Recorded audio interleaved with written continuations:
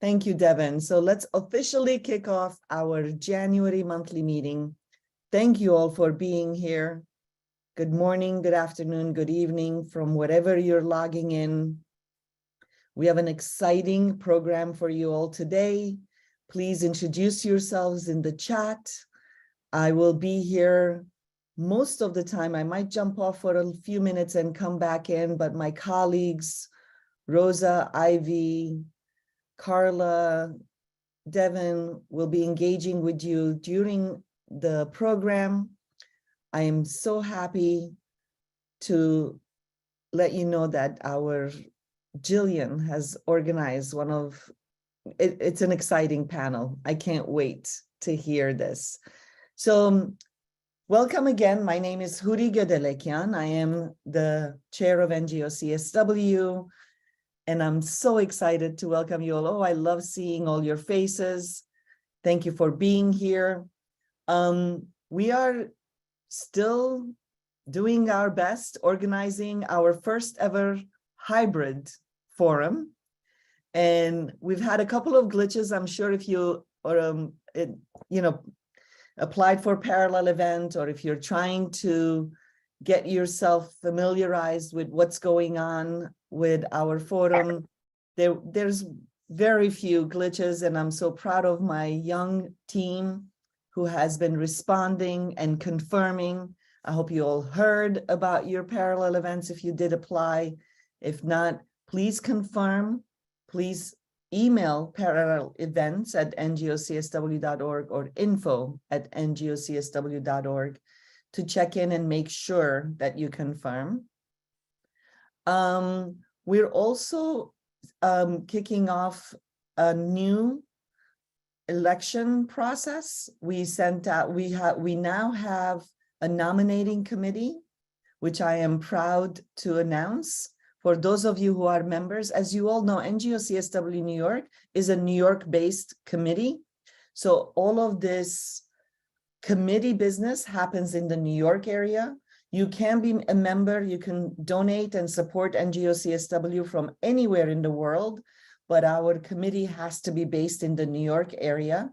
So if you're not here, I'm sorry, but I do need to make an announcement to all our New York committee members that we have a nominating committee, and it's co-chaired by Cecily Kern and Victoria Edmonds, and helped out with Winifred Doherty, Mary Luke. Oh my gosh, I just drew a blank. And anyway, there's 5 nominating committee members who have agreed to serve, and they're off to a great start. We will present them with our slate, and then we will see what the next steps are. Most of you will hear. Yes, the 5th committee member is Saida, who was also an executive committee member.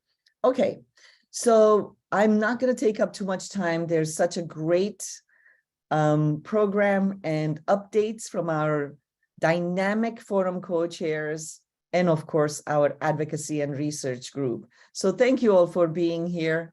I will engage with you in the chat while we listen to everybody else's update. And I hand over the mic to Rosa and Pamela. Thank you, Hudi, and good morning, everyone. And again, welcome.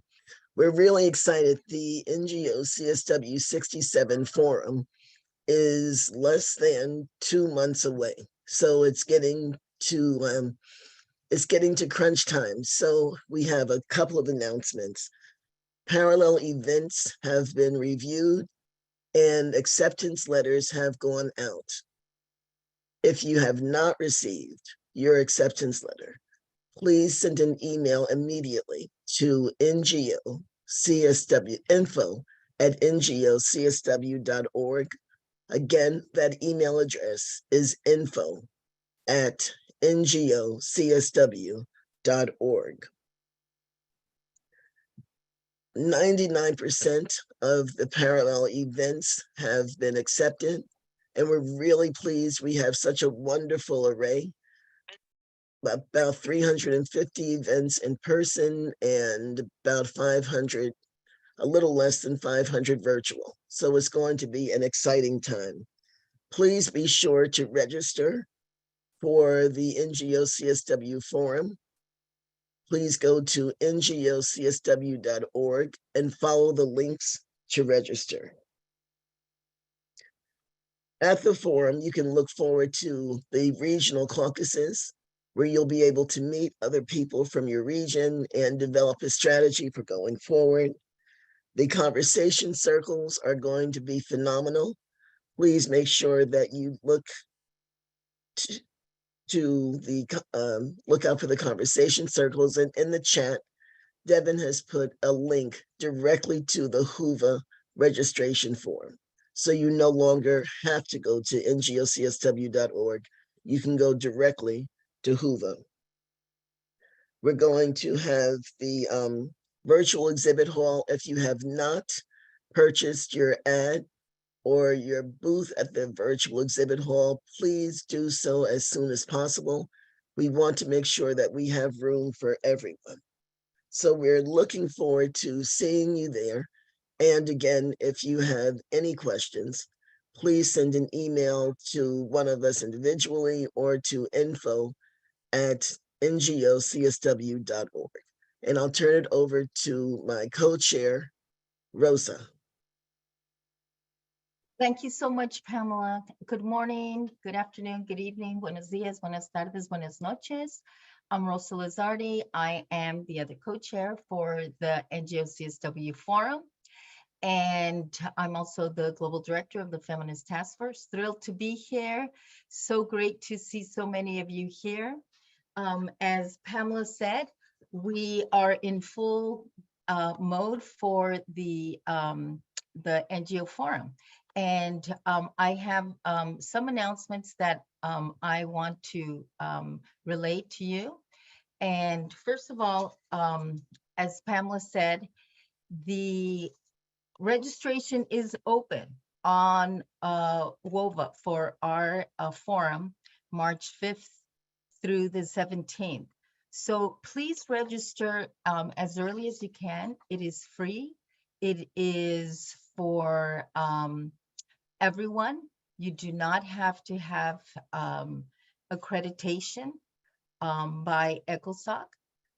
So we're really thrilled to be able to provide this service, this forum, this gathering for everyone. Begin to explore the platform. It is a new platform. We heard feedback. So we're going with this platform, which some have used in the past in other conferences, online conferences. And so you can begin to set up your ID, your avatar on the WOVA platform. So please explore that, register now. Registration is open. I also want to tell you about the conversation circles that we're having. And these are organized by the NGO CSW to provide sort of a deep dive into some of the intersecting issues with our main theme of innovation and technological change and digitalization for empowering women and girls. So there are 10 conversation circles. I'm sure my colleagues will put links to information about them. But they range from looking at issues of sexual reproductive health and rights, violence against women, economic justice, looking at anti-racism, anti-colonialism, indigenous women and migrant women, looking at LGBTQI issues and how they intersect, also youth issues and youth leadership. And there will also be a conversation circle on specifically with focusing on girls, with the working group on girls. So please begin to look at that. They will be on the Wednesday, March 8th and Wednesday, March 15th. They will be continuously throughout that day. So one conversation circle will follow the other. And there will be virtual and some hybrid. So please look out for that. We're actually still organizing the time, tinkering with the time for each one, and looking at the fabulous facilitators who will be able to coordinate the dialogues and discussions within these conversation circles.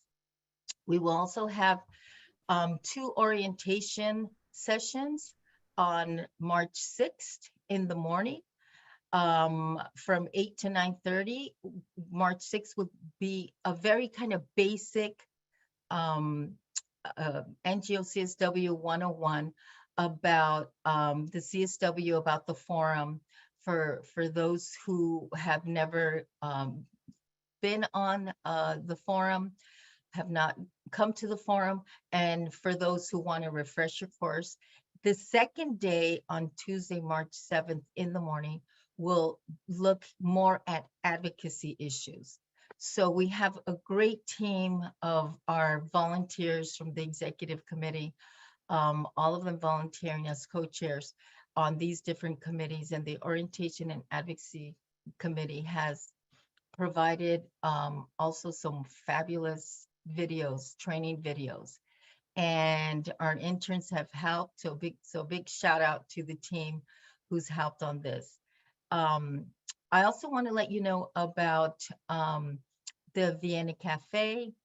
The virtual Vienna Cafe is something that we implemented 2 years ago when we were forced to go online because of the pandemic. And we wanted to continue to engage with member states. So we organized these small gatherings of civil society with 1 member state, sometimes 2 from the same country, but a number of different groups. And we're going to do it again this year. We begin the week before the CSW on the Wednesday, and then we continue the week of the CSW. And then we are hoping to do the second week of the CSW. We're trying to keep some flexibility because perhaps we can do something in person. More information on that will be provided. The Vienna Cafe is really through one of the larger women and feminist groups that are organizing around the CSW, so that we're able to have colleagues from the same group nominate people. And it's going to be virtual, so we can have participation from our global partners around the world, which is something that's very important, especially during the time of negotiations. And that's it for me. I think now I want to pass back to well, Hudi, or I think I'm gonna call on Ivy. Ivy. Okay, yes.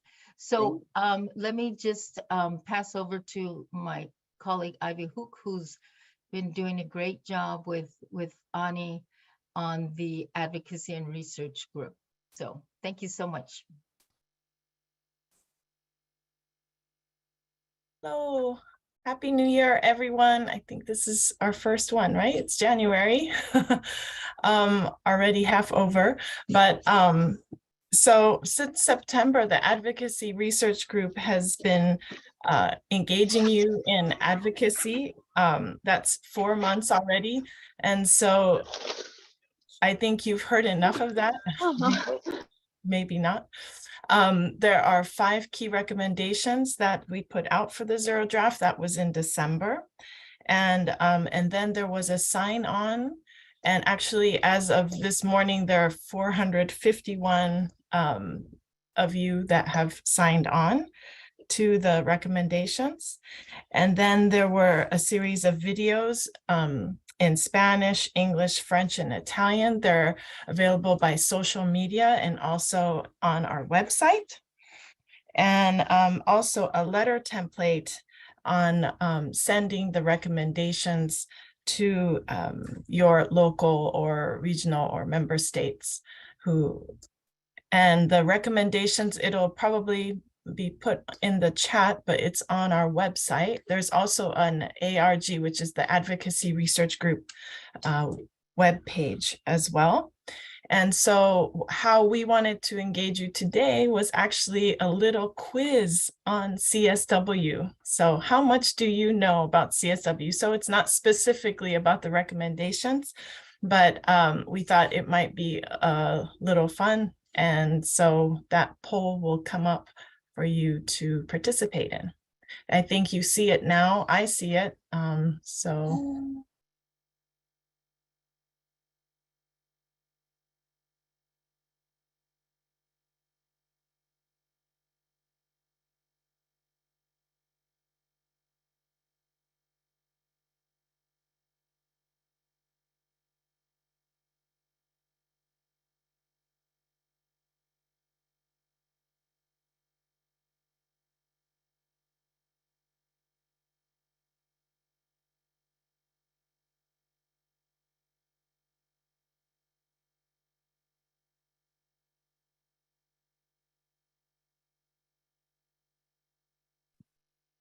Okay, I just finished submitting mine. Someone's saying that it doesn't work. I don't know how to do that technical end of it, but we are getting responses. So it okay. might be just like a glitch for that one person. Great. Thank you, Devin. Yeah. So I think we could show the results. I think it was enough time. Yeah. Yeah. Perfect. Okay. Can everyone see the results? Yes, I can see them. Great. Wow, wonderful. I think so 82% of you got the answer for the theme. It is on technology, digital innovation. So the member states on the Bureau, this might have been a little tricky, but yes, the answer, it's not Sierra Leone, it's not Canada. So everyone else. So those are the two that they're not. And member states, there's CSW Commission should be 45, unless I'm wrong. No, it is 45. Okay. I had to double check myself. I was like, I think it's 45. I know I added that 193. It's kind of a sneaky trick answer. Yes. So definitely trick question now. So it almost got me. I was like, what? No, the commission itself, that's just CSW. So those change every few years. That doesn't stay the same. 193 members, that's all together in the United Nations. So that was a little tricky, but seems like 23% of you got it. And we have a real mix of those attending in person and virtual. Good to see that. And I wasn't sure also like if I should do the in-person and hybrid. I'm sure if you're in person, you could always join things virtually. Of course, we welcome that. And yes, 68% of you have registered for the forum. I hope it becomes 100% by the end of today. That's my ambition. But I do hope many more of you can register. And if you need help with that, you can always ask the office. It should be pretty simple, but maybe if you're having any technical difficulties, Devin and the team, they're all very responsive on the info@NGOCSW email. So that's all I have today, and thank you so much.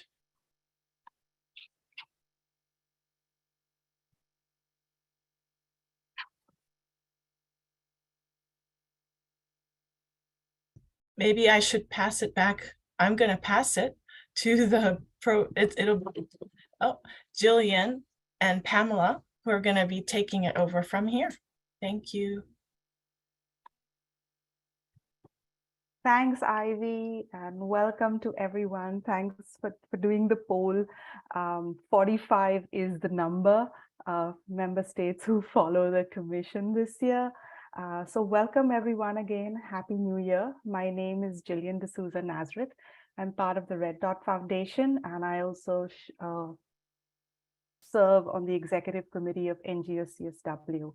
We're about to kick off the second part of our program this morning, which is centered around the priority theme and our expert panel who speak around it. So in preparation of CSW67, today we're going to explore the dimensions of the upcoming commission. The priority theme, who most of you know already, is innovation and technological change, education in the digital age to achieve gender equality and the empowerment of all women and girls. So a little background, the UN Secretary General's roadmap for digital cooperation outlines a collective responsibility to give direction to technology, to maximize benefits and curtail unintended consequences. I personally especially like goal 3 of the roadmap, which is ensuring digital inclusion for all, including the most vulnerable. Now let's cut to September 2022. In the UN held the Transformation Education Summit. Many of you on this call, I know, attended that summit. And post that, UNESCO published a report. Can I ask everyone to please? Thank you. UNESCO published a report with a tangible result and the summit's 5 action tracks. Those 5 action tracks included safe and healthy schools, learning and skills for life, teachers and the teaching profession, digital transformation, and financing. So in drawing connections between the technological innovation and our shared global values, I'm grateful today for our speakers who have most graciously accepted our invitation to share their time and their expertise. So I welcome this morning Elena Estavillo Flores, who is the CEO, Centro para la Sociedad del Futuro, Mac Glowinski, UNICEF's Global Program Chief of the Learning Passport, Sonia Jorge, the founder and executive director, Global Digital Inclusion Partnerships, Matthew Wong, who is the second secretary, Digital Cooperation and Cybersecurity at the Permanent Mission of Singapore, and Manjushri Patil, a founder and director of the Atman Academy. I'm going to start with Elena. I don't know if she's here already in the room. Elena, if you would like to turn on your audio and video and join me on camera, that would be great. Let's give Elena a minute. Okay, so I don't see Elena, but then let's move on. If Mac's here? Hello. Hey, Mac, good morning. Good morning. Good afternoon. Hey, good afternoon. I don't know if you can see me. Yeah, here I'm calling in here from Valencia in Spain, where UNICEF has a computing center. We're working on a fantastic projects. So Mac, I want to talk to you a little bit about the Transformation Education Summit, right? It was addressing barriers to access and connectivity, collaboration between public, private sector, civil society, national government, to achieve universal education in the digital age. Now that's a tall order, but I figured that you'd be the right person to help us navigate this question. So as UNICEF's Global Program Chief for the Learning Passport, can you start by explaining what is the Learning Passport and how can it be used? I would love to. I have a small presentation too. I see screen sharing is disabled. I can, but I'd love to walk you through it. Beautiful. Okay, go ahead. Great. I know I have 5 minutes, so I'll try to move quickly. So the Learning Passport is UNICEF's flagship digital learning program. It's built on a core partnership between Microsoft and UNICEF with and actually a number of other partners that help us kind of drive what we want to do. Next slide, please. Which is addressing kind of one of the most burning issues in the world, in my view, right now, which is the learning crisis, and it is nothing short of a crisis. These numbers are, every time I look at them, I get a little scared. This is about the future of society, and I think 463 million people, learners who had no access in COVID. 70% of 10-year-olds cannot understand a simple sentence, and that's up from 53% before COVID. So we're getting worse. And it calls for new ways of thinking to address this crisis. So together, next slide, please, with Microsoft, UNICEF is developing the Learning Passport, which is a digital learning program, and I'll get into that a little bit more.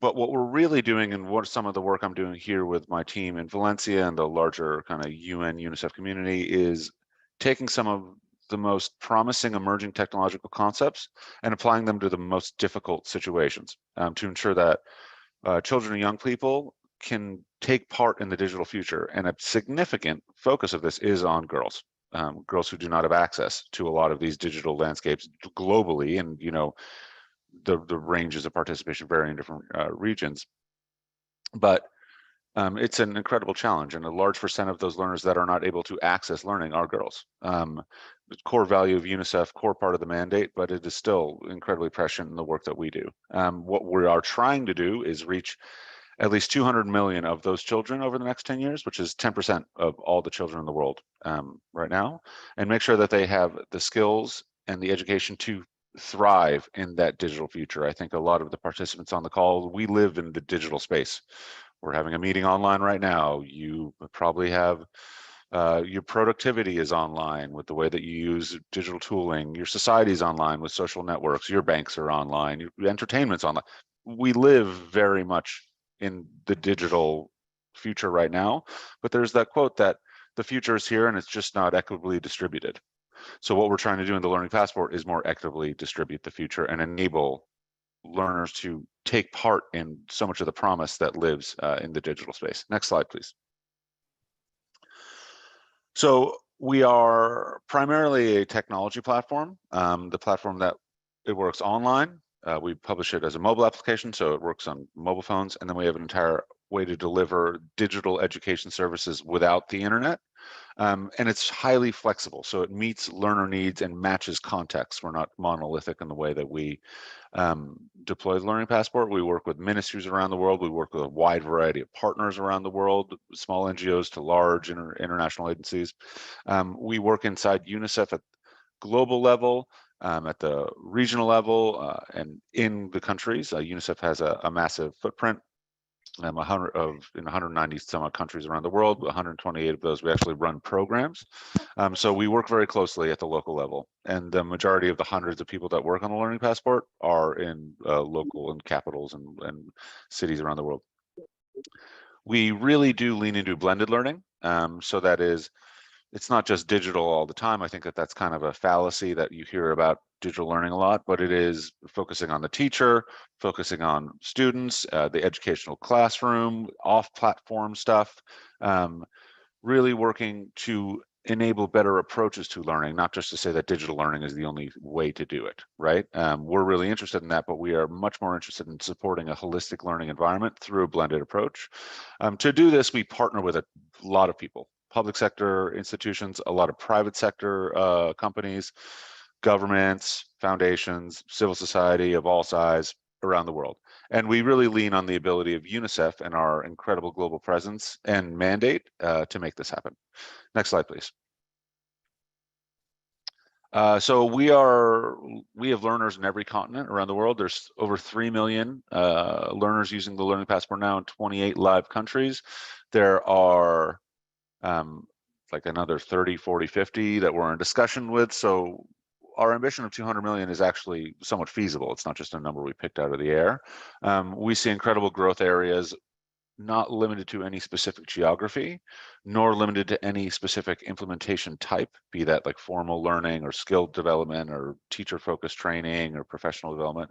It is truly a global approach, which means that we have to be very flexible to meet the needs in all of these different places. What's happening in Laos is entirely different than what's happening in Mexico.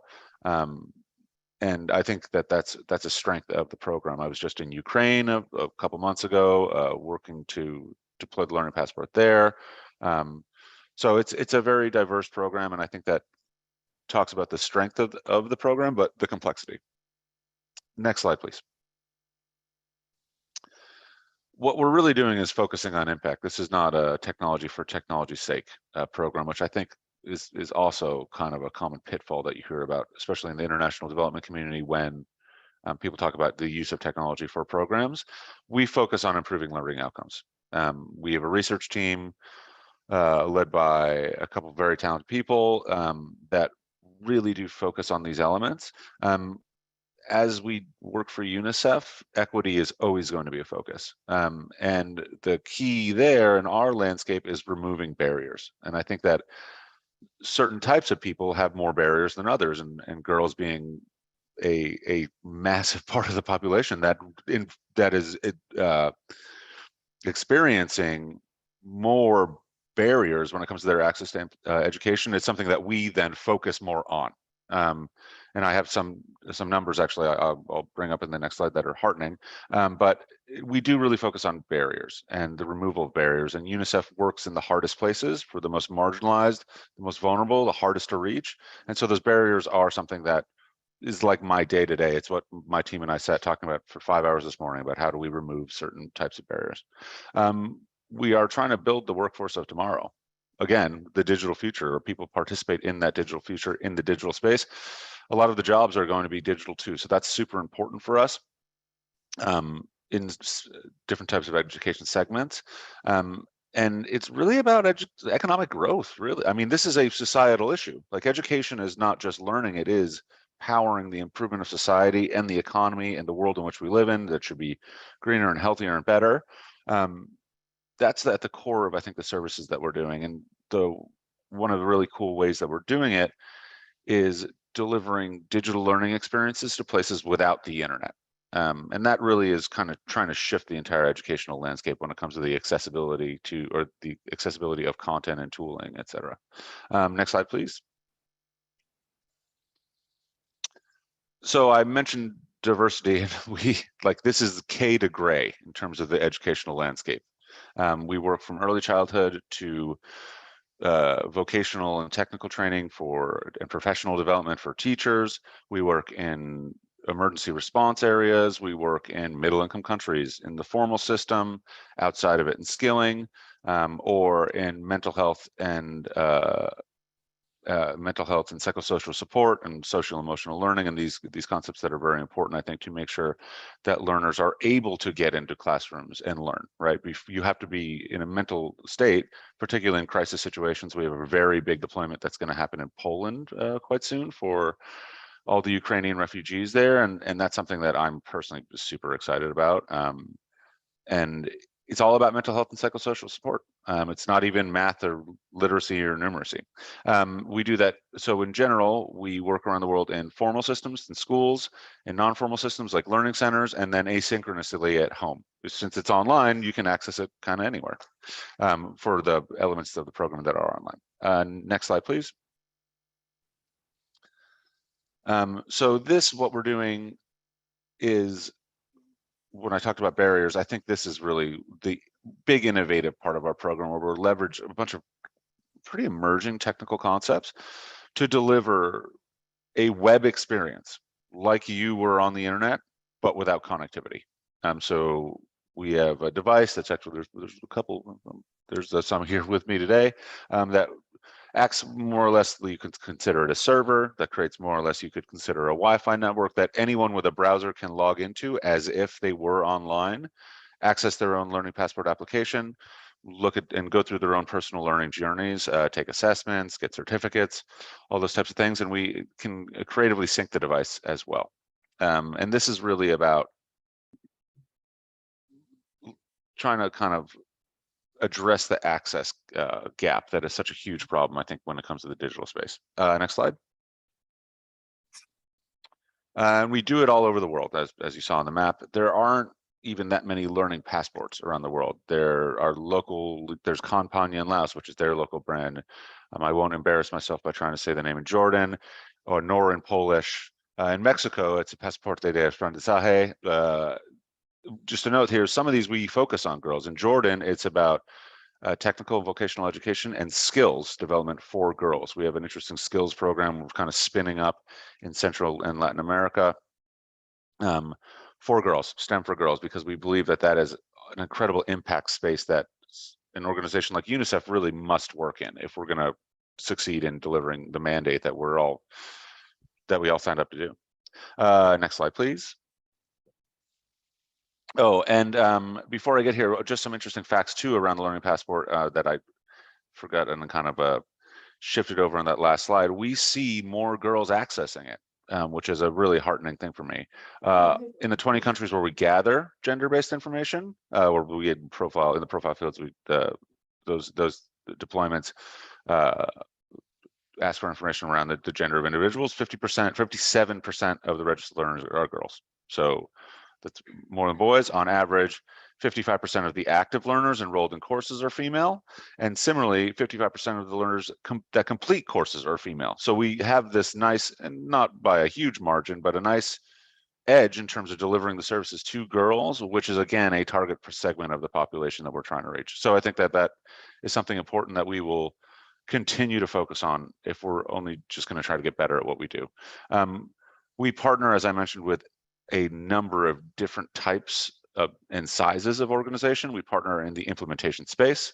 So using the Learning Passport to support education priorities in different places with different groups. We work a lot with very content providers. So we deliver all sorts of different content. We partner with private sector organizations, big and small, as well as public organizations. We have a digital content team led by Don, who's one of the best in class when it comes to digital learning content. And we have a big global library that we offer that to countries to use. We really look to share value.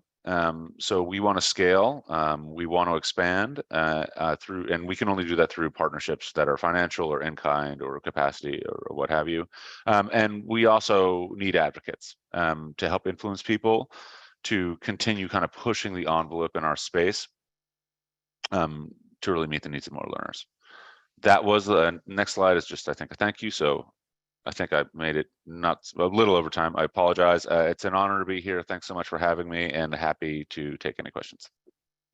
Hey, Mac, that you kind of took me away on a great journey there, because your presentation made me really hopeful that good things are happening, good things we can look forward to, and they're already being implemented. I want to say that I wasn't the only one who worked on this panel, and we had a group of very determined young ladies to push the barrier. And so I'm going to ask one of them, Ria, to join me with a short follow-up question for you. So, Ria.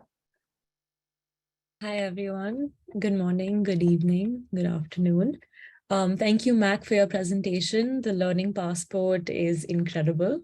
I wanted to ask, you talked about the passport being used in different ways for formal education, skills training, offline and emergencies. Could you share more specific examples to help us all understand a bit more? Happy to. A couple of the examples, I think Jordan is a good one. The real challenge here is that UNICEF, every third word that you hear around here is context, and context rules the way that we run our programs. We don't really do anything from a central level. We enable countries to meet the challenges and the needs where they are because they know better than anybody else would, right? You have to really know and experience a problem to best understand the way to address it. So I think in a number of the different countries like Poland, we work with the Ministry of Education to deliver mental health and psychosocial support trainings for Ukrainian teachers who find themselves there and have to work with the Ukrainian kids. The ministry's also asking us to support Polish teachers too, because I think everyone in the learning environments could get better at mental health and supportive services.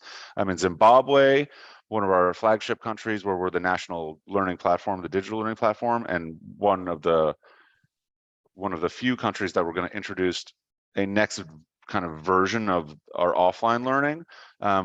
We work very closely. The minister, she's like a star. I got to meet her at the Transforming Education Summit. One of these people you just feel lucky to be around. It's really trying to bridge the gap between those that can afford mobile data as an access barrier and those that can't. My colleagues here, I'm looking at them, are working on zero rating or making access to learning affordable, because data is surprisingly expensive in Zimbabwe. In Sierra Leone, we're working, there's actually a number of different ways we're using the Learning Passport there. We're training teachers, so if there's professional development in the ministry, which is a really fun deployment, kids are using the Learning Passport to prep for the national exams. So they take practice tests in Sierra Leone. It's also one of the places where there wasn't a lot of digital curricula to begin with, and so we're working very closely there to kind of introduce that types of learning. And in Jordan is a great program because it targeted girls. Like, that's what they said, we want to do girls in STEM. That's what we're going to do the Learning Passport here for. And we said, amazing, it sounds, of course, sounds great. So there they do a lot of gender equality programming, STEM stuff, but also gender-based violence content, comprehensive sexual education content, to really address the needs of those segments, those girls in Jordan that I think often don't receive those services as much in their society, and where UNICEF has some dedicated programming to reach those types of the population. It's just I mean, I could talk for hours and hours, but I understand you guys have a meeting and other people that you probably want to hear from. Learningpassport.org, you can email me. I'm sure they'll share the presentation, or learningpassport@unicef.org is our inbox, which my smarter and more capable colleague Ellen will get back to you. Love to hear from you, and thanks. Oh, and if you have any more questions, I think there might be more. Yes, I would like to have a follow-up question. My second question would be, what is the next country that you're going to go live in? It's a race. The countries kind of pop up all over the place, and some move faster than others. I'm really focusing on this next wave of offline deployments, where we're going to group a lot of those hub devices that there was that illustration of before in the Philippines, who I think will probably be the next one to launch. Zimbabwe, where the program was so strong, we actually are adding that element to it. Lebanon, Nigeria, and Mexico, those are the 5 that we're going to start really focusing on offline. But Liberia, I have a feeling they're going to move pretty quickly. There's some possibilities in Brazil. So I don't know. I couldn't tell you. But the offline countries, I think that's where will be the focus, and I think that you may hear more about it in the news, whatever, because it is really, really exciting, and it is somewhat of a first of its kind. So we're ecstatic about that. But the next one, I don't know. My money would be on Philippines if I tell you, but don't tell anybody else I said that. That's fantastic. I just want to pipe in here and say thank you, Mac and Ria, so much, because the chat box also is so very active, and I'm gonna pause with Mac just now, or we'll just run away with all the questions. And yeah, I'm sorry. I'd like to come back to you, Mac, a little later, but I'd like to ask Sonia to join us again. Sonia, hi, morning. I want to touch upon, as a lifelong proponent of affordable internet, and you have most recently founded and are the executive director of Global Digital Inclusion Partnership. Can you talk a little bit on your recommendations as part of your expert group paper to UN Women on how on the policies that we need to make the internet affordable to all, specifically in relation to the recommendations to UN Women coming up for in the upcoming commission? Absolutely. Thank you. First of all, thank you for inviting me and for giving the space to talk about these issues. And thanks for everyone who's on the call. It's really exciting to be here talking to you. So as Jillian mentioned, I lead the Global Digital Inclusion Partnership, which is an organization. It's really a coalition, a global coalition of public, private, and civil society organizations that have come together to work on these very complicated but absolutely critical issue of meaningful connectivity to the global majority. And I want to make that point very clear because we've been doing these for quite some years now through our formal work, etc. And we started by focusing on affordability precisely for some of the issues that actually Mac just mentioned in his presentation and Jillian just highlighted. Having the foundation for the possibilities that digital community brings to all of us is absolutely critical. And the truth is, in the majority of the world, that foundation, which is affordable, meaningful connectivity, and I'll tell you precisely what that means, is very far from being a reality, and especially very far from being a reality for women and girls in rural areas, women and girls that are from marginalized communities. And this is a very important point to make, because as we, as GDIP, as we call ourselves, work with governments, private sector, and civil society to not only reform and update policy and regulatory frameworks around the world to directly tackle this issue, we need to understand the different dimensions that we are talking about. And I want to preface that before I enter on specific recommendations, Jillian, because the recommendations are the kinds of actions that need to take place, very similar to what Matt was mentioning in terms of the learning passport. They're very contextualized, and it really depends on which region you're working, which country you're working, what are the priorities and the most urgent gaps that exist in each particular setting. But let me start by just sharing a couple of things to give you an idea of how we tackle that. First of all, understanding what we are dealing, what is the problem, right? This idea of the digital gender gap and the foundation for everything digital development, which is having affordable access to data, it's critical. And the reality in the world is that really more than 50% of the world's population does not have access to meaningful connectivity, which is what we call the ability to access the internet in an affordable way through an appropriate device with a quality connection that allows people to have the quality of data, at least what equivalent to what people now around the world like to call it 4G. So equivalent to a 4G connection in an unlimited way, however and wherever they want to access. That reality is very, very different from what most people expect. So when you think about the numbers that come out of the ITU, which are really that tracks and measures progress in our sector very frequently, think about the continent of Africa having only about 30% of the population with basic access.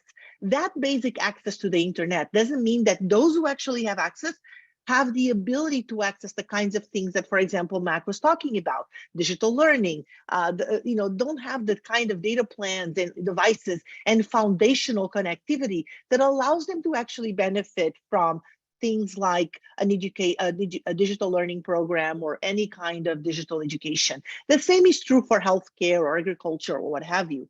So we need to think about this foundation, which is understanding what meaningful connectivity means and how people can afford that before we can think about how to recommend actions. And so when the other thing that I wanted to mention to all of you is that just a few numbers to put that in perspective. I mentioned Africa, so think about 29% of the population that have basic access, which is measured by the ability to go online at least once in the last 3 months. Yes, ludicrous, but that's exactly how still it is measured in the world.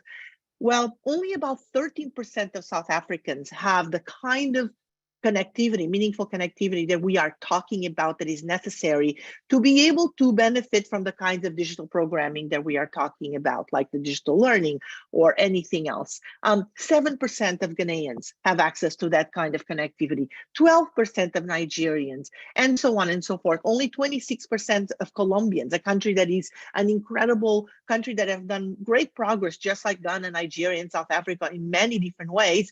But again, what is the quality and the level of affordability that people have, especially women who are already facing different levels of inequality as members of the society, it puts them at a disadvantage. Women traditionally will, because of income gaps and other kinds of structural inequalities, also have access to much lower functional devices. So even when people say, well, women, the gender gap in mobile use is reducing, well, yes and no. It's reducing because people have what you call a mobile phone on their pockets, but that mobile phone is not a smartphone, is not a tablet, is not a computer that allows them to actually benefit from the functionality of digital services and products that the world is really bringing upon all of us. And so because of that reality, we need to think about these services and all of these possibilities, not just understanding the reality that women and girls face in their countries, in their regions, but also what can policymakers and what can private sector and civil society do to change that, frankly, very bleak picture right now. And so that we, I hope you can manage to review not just my paper, but all the other amazing papers that incredible researchers submitted to the expert group meeting that the CSW organized. It was a fantastic discussion. I wish all of you could have been there. I learned so much from our peers in the space, but a couple of things that I'll highlight. One is, if countries, if governments, national governments have what they call digital policies, broadband plans, ICT policies that do not have gender-specific targets and considerations, by default, they will fail. And they are not addressing these massive problems that the digital gender gaps, that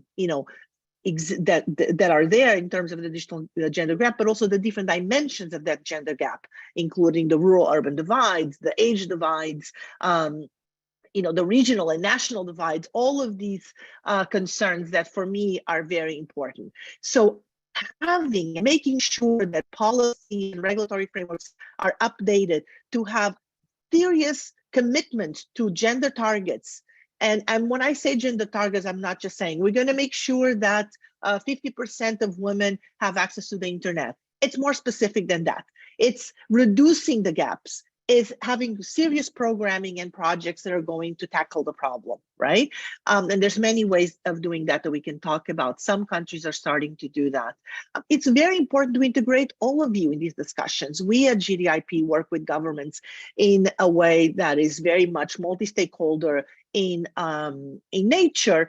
And that means that we bring civil society, private sector, public sector together to develop and design policies that are more gender responsive. And this is really important because myself, or many of the government experts, including, are not the ones who know better the realities of women in rural areas of Nigeria or Bangladesh or Colombia, right? So you need to have the organizations, women's organizations, as gender advocates, folks in the different sectors coming together and really helping designing, influencing how policies need to be shaped to be able to be implementable as well. So that's really important. The other thing that is also really important in terms of a recommendation is for governments and all of their partners to be wiser about dedicating resources to tackle this specific problem. We know that technology is not neutral. We know that policies are not neutral from a gender perspective. And so we really need, it's kind of like affirmative action, as some people like to say. You need to be specific, you need to be very firm and affirmative as to what you're trying to achieve.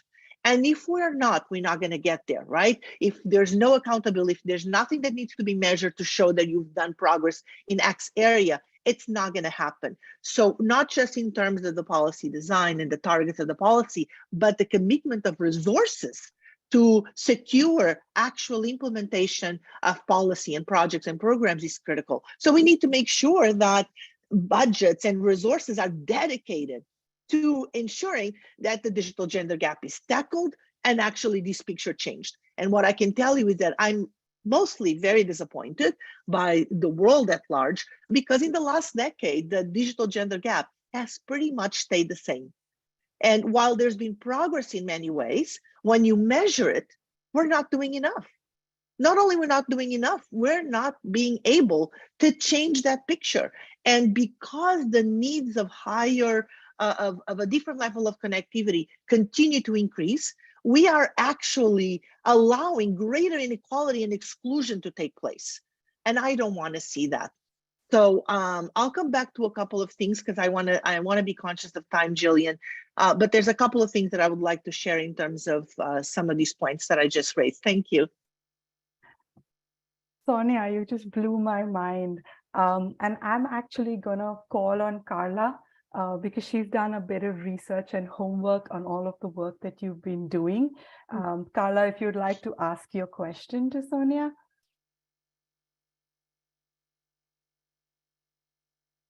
Hello. Thank you so much, Sonia, for your presentation. It was really complete. Well, I would like to ask, what will be an advice that do you have for us NGOs and specifically us as youth leaders? This is our future. So how can we advocate and look to promote lifelong digital literacy? That's a very good question. Thank you. And the answer could be a whole hour, so I'll have to be very careful. There's a few things. I would say start by being informed, knowing the language that you need to use, having the facts, having the evidence so that you can influence dialogues, be part of the dialogue. So as youth, and this is true for not just youth, but for all different organizations, especially organizations that work on gender advocacy, stay on top of the issues, be informed, be ready and equipped to participate in policy dialogues, in decision-making processes. Don't be on the sidelines, don't be on the margins. Do everything that you can to be at the center of those discussions. Most governments are required to have public consultations when it comes to decision-making around policymaking. And what I can tell you is that sometimes they actually promote those kinds of consultations. But the reality is that in practice, very few organizations actually participate, partially because they are not at the level that they feel they are literate to be part of that dialogue, right, Carla? So, and others because they are intimidated by speaking with governments, by confronting private sector and other organizations that sometimes are bigger, more equipped. Don't be afraid. Every voice counts. And the truth is, your context is the context that is going to be most interesting to remind them of the reality that they are voted to be thinking about. If policymakers are not working in the public interest, then they are not doing their job. And the public interest is making sure that they listen to you, listen to your concerns. And even if you cannot articulate those concerns in a language that they think is their language, well, they also need to learn your language. So I think it's a reciprocal process, but it's one that really takes time, it takes resources, it takes commitment, but partially is being informed, know your evidence. There's many organizations that I'm sure are here today are developing research, reports that have a lot of really good information. All you need is a few nuggets to come and make your mark and be heard. And when you do that, I can assure you, policymakers are politicians as well. They will listen. So be there, be present. This is so valuable. Thank you so much. We just had an event yesterday related with youth advocacy. And I think that these tips are really important to share with them. I hope that some of them could be here with us today, but this is really, really important. Thank you so much. Of course, you're welcome. I want to say thank you to Sonia and to Carla because, you know, you've really got the crowd going. And I think it's a perfect opportunity to now call on Matthew Wong, the Second Secretary of Digital Cooperation and Cybersecurity at the Permanent Mission of Singapore. Matthew, you've heard from UNICEF, you've heard from proponents and what we as NGOs are thinking of suggesting. We've also read and understood some of the SG's roadmap. Are you able to share with us on what to expect in the year ahead? Are we moving in the right direction? Sonia talks about, talking at all levels. So I'd like to invite you now, Matthew, if you'd like to share our reasons to be hopeful from your perspective. Thank you, Jillian. And well, I guess I'll start off by thanking you and the other organizers for inviting me to speak on this very distinguished panel. So yes, I think, there are many reasons to be hopeful for the year ahead. It's quite an exciting year, but first of all, as Gillian mentioned, I'm a diplomat at the Permanent Mission of Singapore, and I primarily work on digital and cyber issues. So before addressing the specific topic of today's discussion, I just want to set the stage with a few words about Singapore's overall approach towards gender equality. So in Singapore, we are committed to supporting women by building a fair and inclusive society where men and women progress together and pursue their aspirations freely and to the fullest. And in this way, our approach is founded on the principle of meritocracy, where equal opportunities are available to both men and women. So keeping that in mind, I just want to share some thoughts and reflections now in my personal capacity on the theme of today's discussion. And I'll share this from the perspective of a political officer in a national delegation. So working with NGOs, working with other member states through the UN system to achieve change and positive progress. So the next 2 years are going to be a really pivotal period for digital discussions at the UN. As some of you may be aware, we are about to start discussions on the Global Digital Compact. And to give some background for those who are not familiar with this, the Secretary General in his Our Common Agenda report proposed the development of a Global Digital Compact that will outline shared principles for an open, free, and secure digital future for all. And these discussions are going to be taking place over the course of this year and next year. And the hope is that there will be a final document that we can agree at the Summit of the Future in September 2024. So that essentially sets out the roadmap for what's going to happen on digital over the next 2 years, and which is why I think, Gillian, to answer your question, this is quite a hopeful period. There's a lot of potential to really make a difference now. So Singapore is we're very strongly supportive of the Global Digital Compact. In our national capacity, we've been actively engaged, and from our perspective, we see the compact as an opportunity for the international community to set out this common framework for digital transformation that can improve lives, empower people, and most importantly, advance the SDGs. So our hope is that essentially it serves as a positive foundation that will guide our development of the digital landscape in the years to come. So I suppose some of you might be wondering what exactly the Global Digital Compact is going to be looking at, going to be trying to cover. And the Secretary General has proposed a set of issues that he thinks the compact should focus on. So one of the main issues is connectivity. So what Sonia just spoke about, in many parts of the world, people do not have meaningful connectivity, and we need to find a way to close that gap. So that's one of the big things that we will be talking about in the Global Digital Compact discussions. There's also things about data protection, human rights, misleading content, artificial intelligence, and digital public goods. From Singapore's perspective, we also think that the compact should cover issues like online safety, data flows, digital skills and literacy, and of course, capacity building. So it's very clear that in the context of education, digital education, many of these issues, things like connectivity, things like digital public goods, these things are sort of the basic building blocks that we need to deliver the kind of game-changing digital initiatives that Mac was speaking about earlier. And as Sophia mentioned as well in her presentation, today's digital landscape is characterized by these deep cross-cutting inequalities. You have the digital development gap, you have the digital gender gap, you have the rural-urban divide, you have this massive lack of digital inclusion in many parts of the world. And the Global Digital Compact essentially gives us this opportunity to, in a way, press the reset button, set out some common principles and goals in each of the areas outlined that will help us close these divides, move towards a more equal and empowered digital landscape. And that of course will help address many of the inequalities that are faced by the most marginalized and the most disadvantaged, including those inequalities that are faced by women and girls around the world. So the hope is that, my personal hope is that the Global Digital Compact can act as a catalyst to accelerate the possibilities that we have for delivering digital education, digital inclusion in a way that can move us towards gender parity. So that being said, governments cannot do this alone, and this is where I come with my message to you.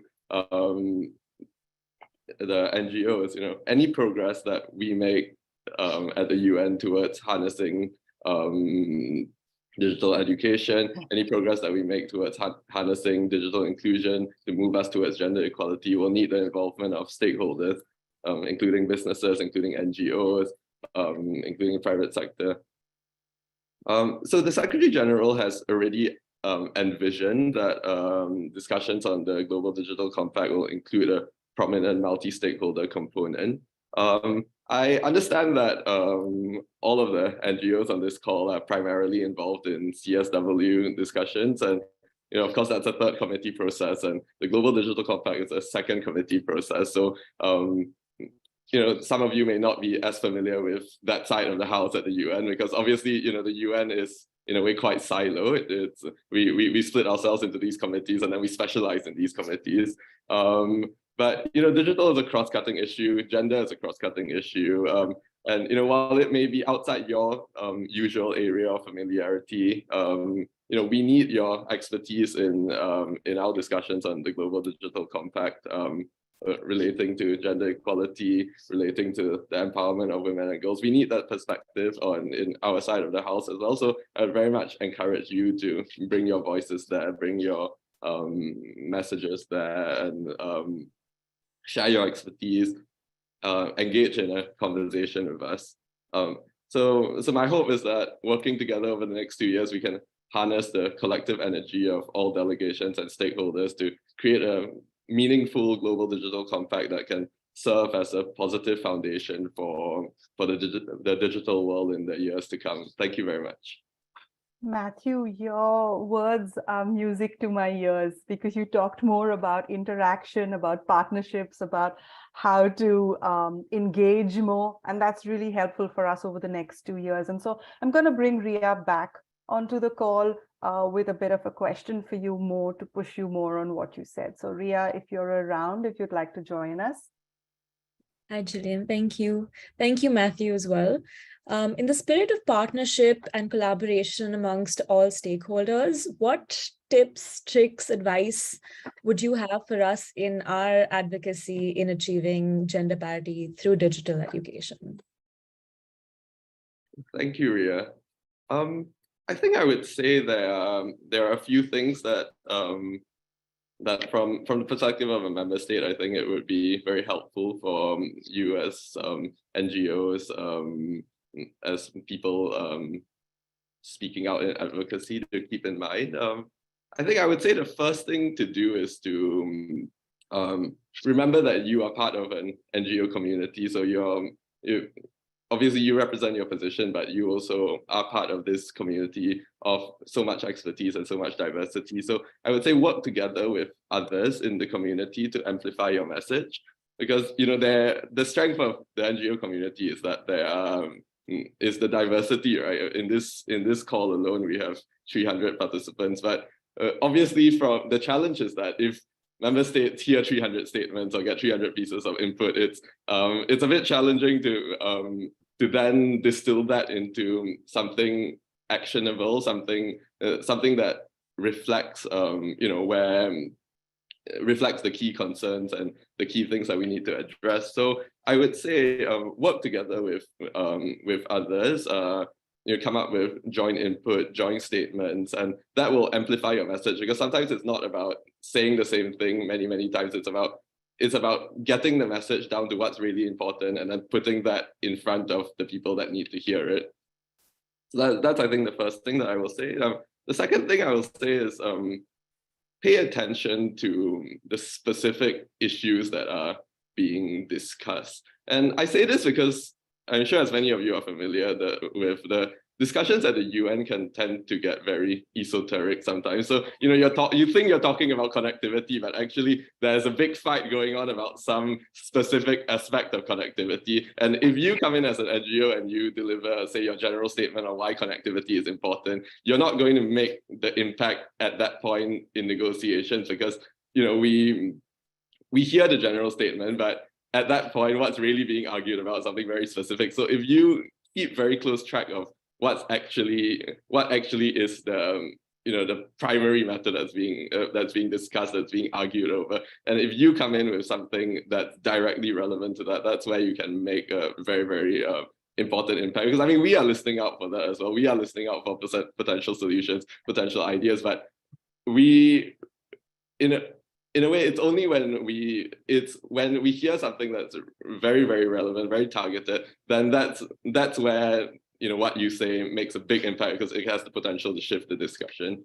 And I think the third thing I will say is that so we learned this early on as diplomats, and I'm sure many of you know this already as well. A lot of the important discussions at the UN and elsewhere aren't happening in the room; they are happening outside of the room. So you know, don't just focus on delivering the perfect statement. Sometimes, you know, it's sometimes that's not actually where you make the most difference. Focus on getting to know the diplomats who are covering your issue, getting to know the other NGOs who are covering your issue. Go outside of your comfort zone, talk to those people that you may not normally talk to, who may not share your positions.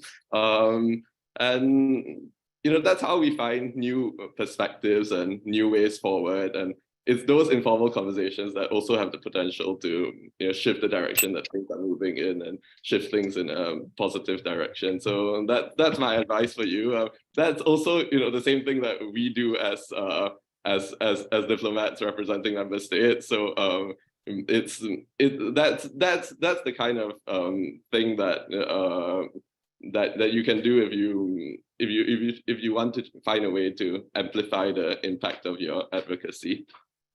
Matthew, can I just say that was like a mini masterclass? So thank you so much. But I also am glad you touched upon diversity, because we at NGO CSW like to celebrate women in all our diversity. So thank you for bringing that up as well. And I will come back to you. I see questions in the box. I see a lot of compliments as well. But I would like to bring in another stakeholder at this point, who is imperative to the piece of the puzzle, that is an educator and an actual on-ground practitioner. A good time as any to hear from Ms. Manjushri Patil, founder and director of the Atman Academy. Manjushri, if you could explain a little bit about your academy and where you are stuck in this digital divide. So Manjushri, the floor is yours. Thank you so much, and honored to be here in the August gathering of so many wonderful people. And as I was listening to all of them, one thought that was coming to my mind is these are people who are working at a macro level and then coming to the micro. I mean, they're policies and think tanks and stuff like that, big. And here I am, I'm one small little person. I have a small idea and I want to implement it. And what I want to do is I'm micro and I want to go macro. So I'm going to just give a little heads up on what I do. I've been an educator for over 3 decades.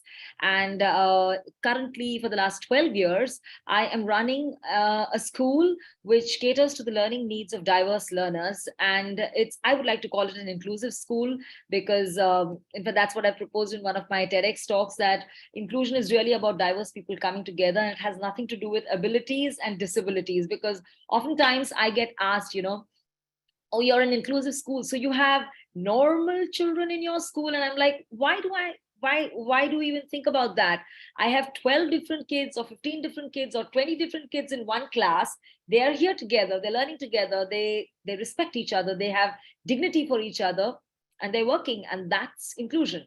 So with that in mind, I've been doing a lot of work on the space of inclusion. probably one of the things is the moment, inclusion best when you get excluded. So my pain point with all of my children is I should have not even had to start this school, but they have been excluded so badly from their learning systems that they needed a space that was going to take them as they are and love them as they are and let them be their best versions, not be something else.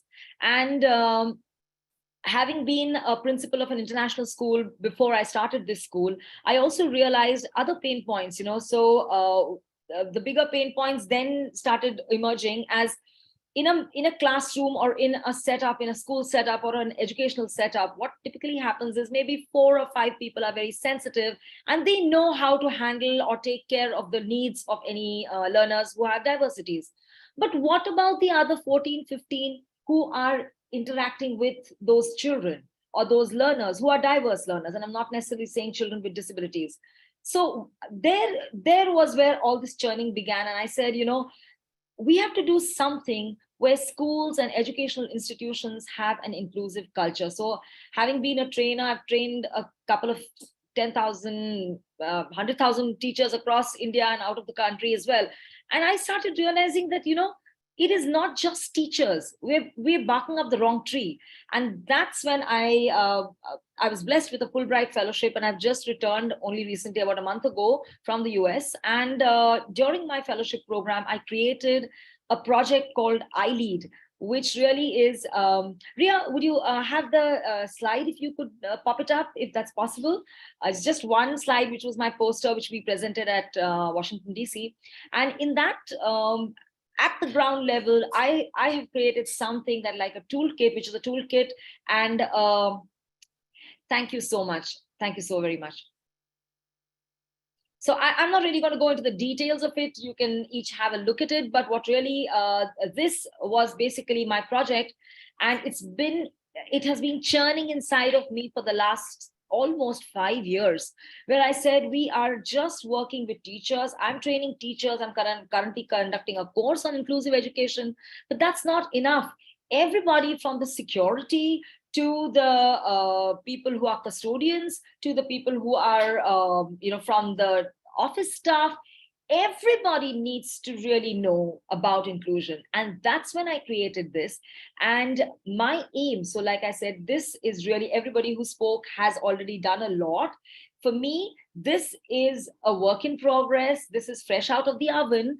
And what I plan to do is take this entire project on the digital platform so that I don't need to be there, because we need to really use and leverage the digital platform and make use of it so that it reaches the last teacher or educator or staff member on the last mile in every country in the world. I want this to be something that will create a culture of inclusion across educational institutions, across workplaces.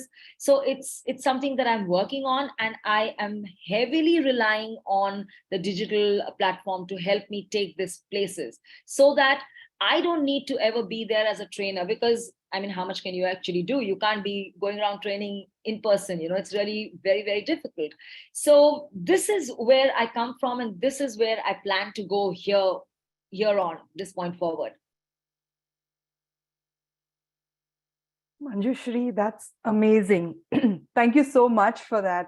And you've just opened our minds, especially from the perspective of saying the difference between micro and macro, and what it is that, what it is that we need and we're looking for. So I'm going to call on Sophia, who has been tracking your work online, because just so that she could, be aware of it. So Sophia, if you're around and you'd like to join us and have a question for Manjushri. Yes, thank you, Jillian, for the floor. Good morning, good afternoon, good evening, everyone. Thank you, Manjushri, for talking us through all the great work you do at Atman Academy and with iLead. My question to you is, what would you ask of member states to implement at local levels to help you scale your program to be affordable and accessible to all? Oh, wow, that you are, you're sounding to me like a genie. Give your wish and we shall make it happen. So I'm really excited with that question. And one thing is, what I would really ask is for more people to join hands with me, because I'll be honest to you, right now I'm a lone traveler, and it's just an idea that I've given birth to. I want it to grow, and I'll need the support of the community and the people around in the world, of like-minded people to join me. So that's one thing for sure. I really would like more people to connect with me so that we can make this project big. In terms of affordability, yes, like someone has in fact written on the chat, if it has been read, I didn't read right who wrote that question, but somebody said, what about the fact that all of these digital platforms cost a lot? So I can be very gung-ho about wanting to put it all on the digital platform, but again, it boils down to funds. And as I said, I'm a lone traveler. I have a very small little setup and I'm doing this all by myself. I need help, and I really do need to have more people supporting to create this entire program, to put it out there on the digital and virtual platforms so that more people can access it. So that's for affordability. And for accessibility, let's join hands. I'd like to come to more countries across and make that. In fact, as a Fulbrighter, I have already had a couple of my Fulbright friends who have heard about my project. My friends from Israel, from Singapore, my friends from Botswana and Uganda, they've all told me, make your program, crystallize it, and give us a call. We really would like to take it to our countries. So I'm inviting and urging everyone in this group to come join along. So let's do it together. I would like to have more. Let it be like Abu Ben Adem, may his tribe increase. Let's all do it together. So thanks, Manjushri. I see what you're looking for and asking for here are partnerships. And maybe the learning passport or partnerships amongst NGOs is something that you can take offline and speak to separately. Having said that, I'm really cognizant of time, and we've got a wealth of speakers. And so without further ado or delay, I'm going to call on Elena. Elena is the CEO of Centro para la Sociedad del Futuro. Don't kill me if I mess that up. You were a part of the 2022 expert group meeting with UN Women in preparation for this year's priority theme, and wrote a paper on what mechanisms can ensure digital technologies which favor inclusion and close the gender gaps. Bringing up the last of our expert speakers today, I was wondering if you could frame and talk a little bit about the actions that are needed to bring about systemic change, and also in reflection to what you've heard all of the other speakers talk about or bring up as issues today. Elena, all yours. Thank you, Julian. Yes, I want to talk about how to bring about systemic change, but really, why do we need to bring about systemic change? And reflecting, we have heard about the digital gender gaps that are not closing. For example, that Sonia has told us in the last 10 years, we stayed approximately the same. And also during COVID, some of these gender gaps widened. That they not only are not closing, but it started to grow again. And we have new gaps because technology is evolving, and now we see gaps in, for example, in artificial intelligence, and we will see them in the metaverse. Why? Because they are underlying structural causes that are not changing.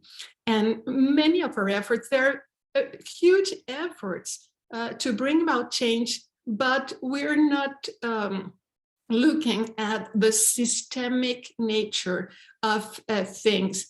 And why do I call for this systemic change? Because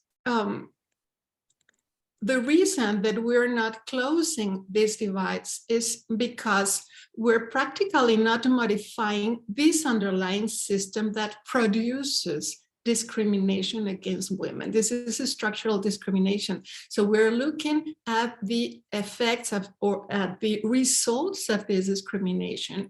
And the results, the symptoms are the gaps.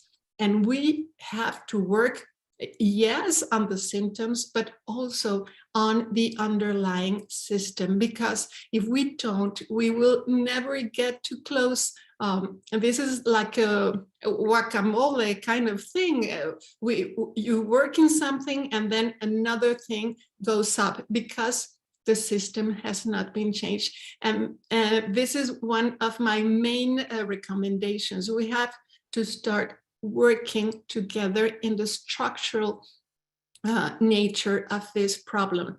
There is a system that we have to disrupt. So when we're working at closing specific gaps, this disruption of the structural nature of things do not keep producing the same gap or other kinds of gaps. And that is why I focus my recommendations on two main lines. That is this systemic approach, and that is to conceive, to analyze problems from as a system, not one by one kind of action, but how to articulate, to relate to different actions that we're applying in different different stages or different manifestations of this system, but to articulate them so we can sum up, we can multiply and disrupt effectively these systems. And this is one of my recommendations to work in a systemic way. And other is to apply gender perspective.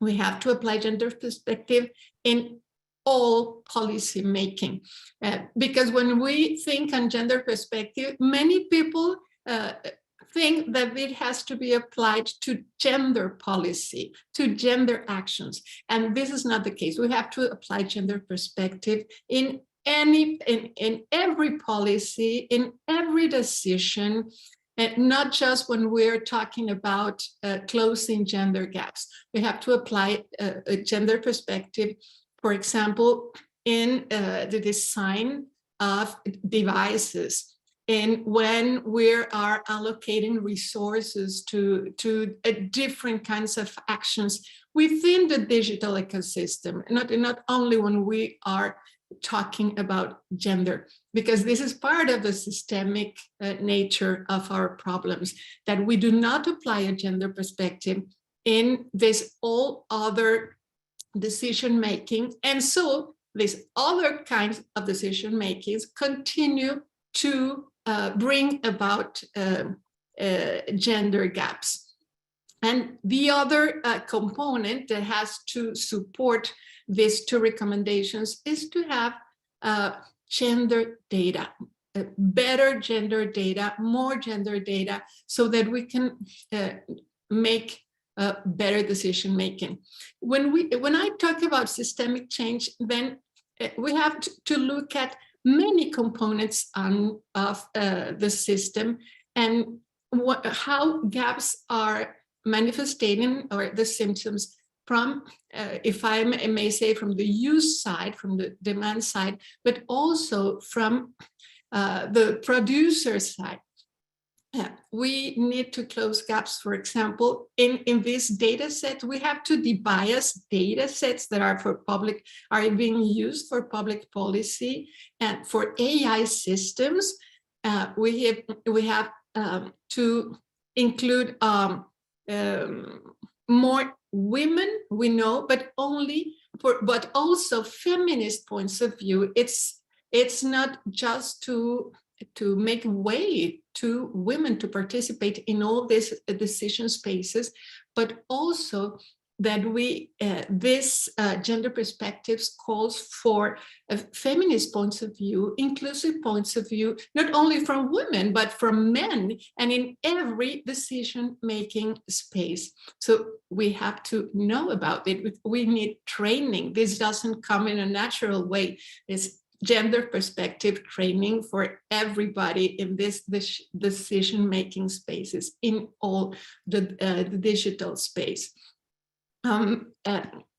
since this is a systemic approach, we need to bring about many actions, but not in a separated way. We need to articulate, to collaborate, to talk, just as has been said also, to talk and to work together, government, NGOs, the education part, the industry. We need more inclusion in the industry. So we have also, from this point of view, in the design of devices, in addressing specific market barriers, for example, we need more resources directed to women-led ventures, for women and inventions, for women research, or for women-led research and their projects.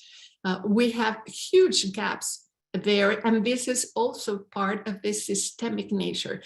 If we don't get women to develop their inventions, to develop their creativity, their points of view in research, then we are missing all these points of view and information, data, resources. Don't look then at the issues that women find relevant, necessary, and that have to do with our conditions to access the digital. I will finish there, but well, thank you. Thanks, Elena. You talked so much about systemic changes, and you've given a lot of food for thought. And I'm going to call Sophia back on to help with a question and also to pick an audience question. Sophia. Yes, thank you, Jillian. And thank you, Elena. You spoke beautifully about applying systemic analysis to address the root causes of digital gender gaps. So I'm wondering if you have any specific advice or examples on how this can be achieved based on your experiences as an advocate of this systemic change. Oh, thank you. Yes, yeah. We have to consider how different conditions interact continually to maintain this structural gender discrimination in place. And I'm talking about not only a couple of factors or a list of factors to target separately. That is what we have been doing, and we have to have a coherent and integrated approach. The strategies should aim at deactivating permanently these mechanisms that reproduce gender discrimination. So that's why we need comprehensive strategies to think about processes and systems and the different places where we have to act to deactivate mechanisms. And this is very, very related to gender perspective. But gender perspective is basically a systemic approach, because it makes us question what are the difficulties that women face? Are they different from women to men, to other gender identities? What are their situation? So this is very close to a systemic approach, and this is the best sum of changes is this to dismantle these systems and but helping us from applying gender perspective horizontally to all decision making, as I said, where to data, to resource allocation, to equipment design, to communication and marketing also, so that we bring the correct messages for women, for the communities, for the schools, for the families. And project funding and investment, this is very, very important. This we have to work to move from the discourse to the resource. We need resources for all of this.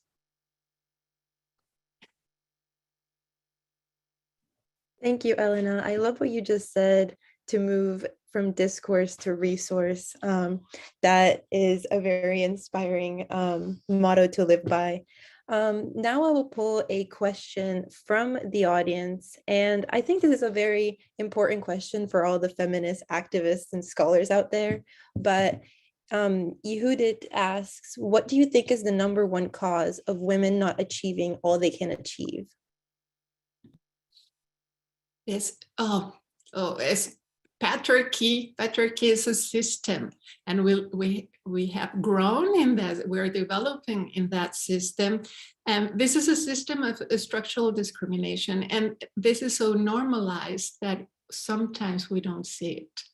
So we need to study, to prepare ourselves to learn about feminist causes. In fact, we enjoy many things that have been gained by feminists in our past, but many things are not gained. Many things are subject to being lost also. So we have to continue being close to some women. We have to work together, and also to communicate this feminist points of view to men. We cannot change this world only by the half of the world that is women. This is a fight for everybody that is related to getting out of a system that limits so much women and men. And well, that is the importance of the feminist point of view. If I can just jump in, Sophia, Elena, I just wanted to say thank you so much. I mean, you've given us, such a lot to think about, to talk about. You've probably given us enough information for the next couple of meetings. But I am really cognizant of time just now, and I know that there have been a lot of questions in the chat box. So I'm going to quickly, I know I've overshot with my speakers and what I committed to y'all in terms of time. So if I may invite all of our speakers back on, if you are here, if you are not, and I completely understand you would need to leave, I just want to quickly ask all of you one simple question. We've talked a lot, what I believe is on recommendations, accountability, how we can move the needle. And I think many of you alluded to the fact that this requires funding. This requires financial from pull. So if there is just one idea that you would say on how do we move the needle on funding to hold every stakeholder accountable, I'd ask you to please share it with this entire group as we prepare to come on board and advocate in the next 2 months as harsh and as strong as we possibly can. So any one of you would like to take that, just unmute yourself and go ahead, please. If I can speak again from a micro level, one of the things for funding that I feel is some way that the work that is being done is credible. If there can be in Mac's zone of work, a passport that says this is credible work, because funding will come to people and organizations whose work is credible. I'm micro. How does anybody know who I am? So how can somebody give a credible stamp to the work that is being done so that they know the funds are going in the right direction and there's going to be no malpractice over there? A passport, a funding passport. Mac, you want to take that? I would like to, and to the way we started the Learning Passport was getting people to agree on, getting Microsoft, getting other partners, Cambridge University, to agree on an articulation of a shared vision. Like, what do we really, really want to do? Boil it down into a mission statement rather than education, right? Or gender, or fairness, or equality, or patriarchy, right? What is the one thing that we're trying to tackle here? And it is digital learning for kids without the internet. And we started there. That was the vision. And then you could build, and people came in, and the consensus, it kind of snowballed. But we started with a tight articulation of a problem and then went out of that. That's my piece. Elena, would you? Yes, it will be very helpful to measure and to be transparent as to where the resources go, because there are many unconscious bias, and we do not know that the resources are being allocated in a very unbalanced way. So we have to start by measuring, to having data and being transparent. And in that way, the organizations can think about why is this happening? Where do we have to act? What to look for? So I'm gonna use this recording to make notes, and I see Sonia has turned her camera on. So Sonia, if you'd like to go next. Sure. I mean, all of you already said like really excellent points. I'm not going to repeat those. What I would say is that from my perspective and working with so many, governments, private sector, and also our own civil society sector, we need to do a better job at creating the gender equitable foundations in our sector, in the overall digital development sector. We're not there.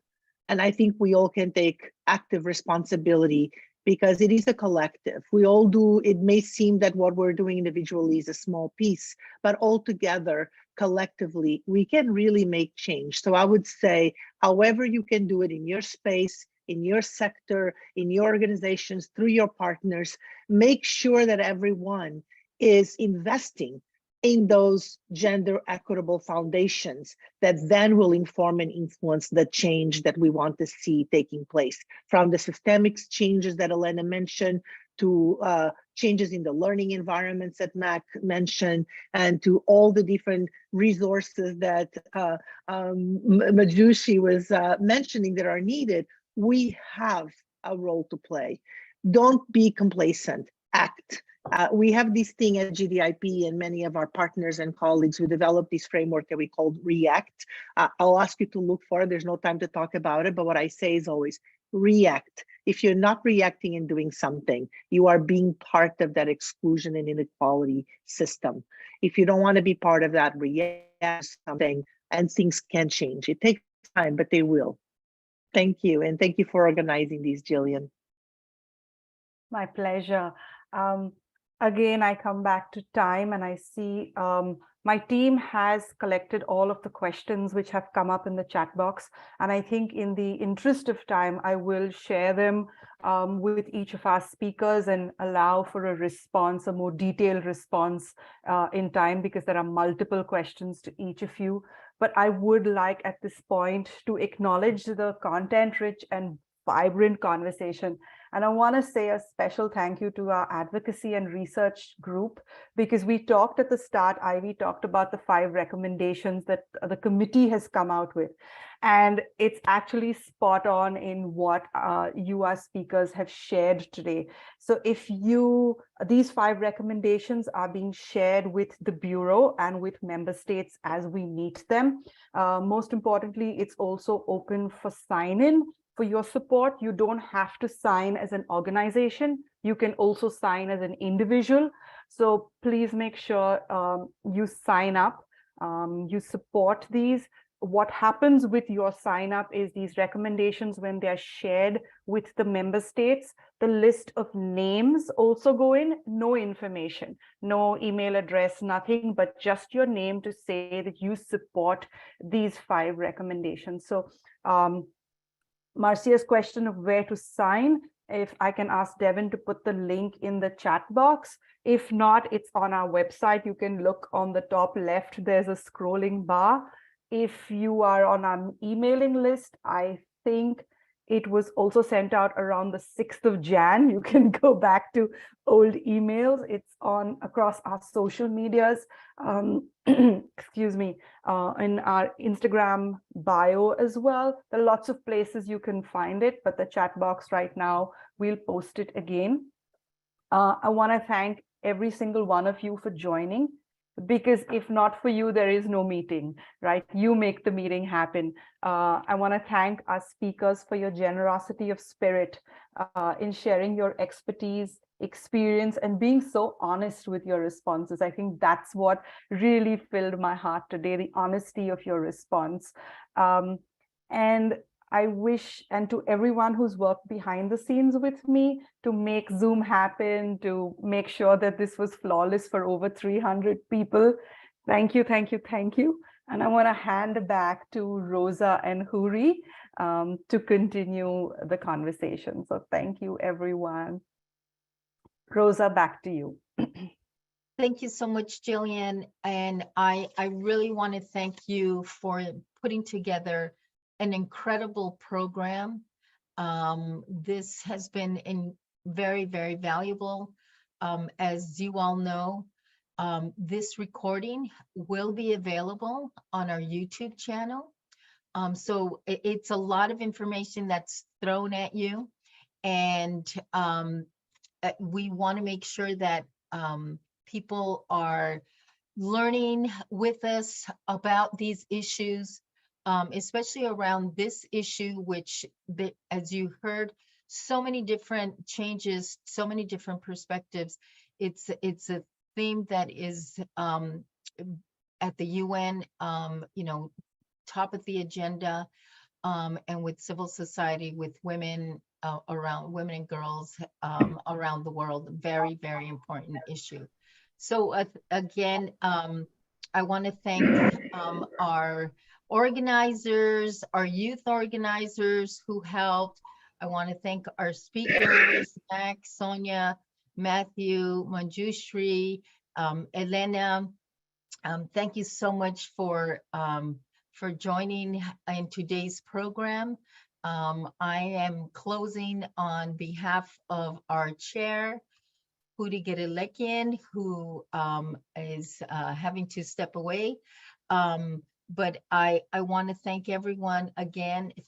Thank you for our team, Devin, who is providing a lot of links in the chat for everyone to stay up to date.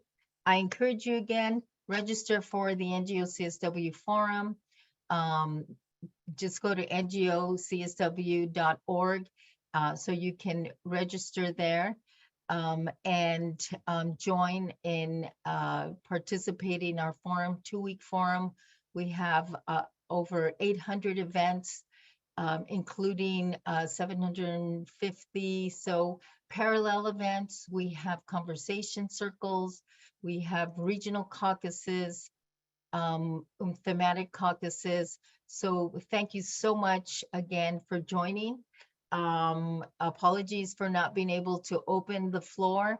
We have so many people who would like to speak and say a few words and ask questions, but we're limited in time. And so thank you for joining us, and we'll see you next month. If you have any questions, write to us at info@ngocsw.org. So thank you, everyone. Take care, and we'll open it up for people to say thank you. Goodbye in your own language and in your own. Bye, everybody. Bye, everybody. Bye. Thank you so much. Bye, everyone. Thank you.